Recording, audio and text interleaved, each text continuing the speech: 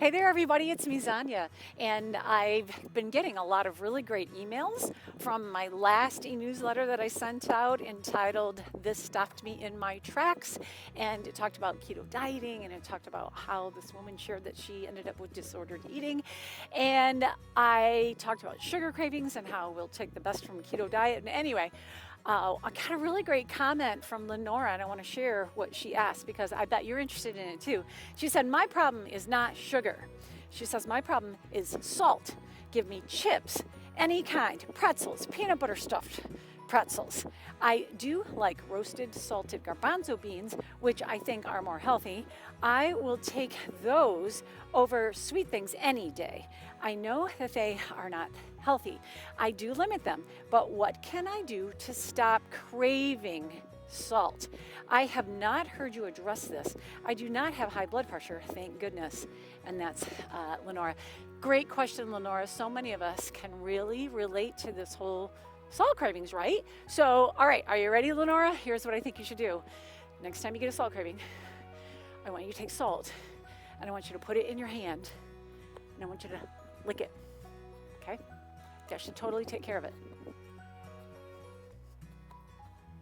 Yeah, if you're craving salt, then give yourself salt and that will take care of it, okay? Now, wait a second, you're probably going, no, that's not really what I'm craving. You're craving potato chips, which salt is probably the smallest ingredient in a potato chip, right? Fried potatoes, the carbohydrates and the fat and the crispy crunchiness and then the little salt on top. So you're not really craving salt, you're craving crispy crunchy kind of savory snacks instead. So two things. One, and that is that it's a nutrient deficiency and our body is crying out for nutrients that it needs. So bump it up from 5 servings a day to 10 servings a day of fruits and vegetables a day. That's right, you need 10 servings a day of fruits and vegetables. So count them up. A serving is the size of your fist. That's gonna help you get the nutrients. You know, one of the nutrients is potassium.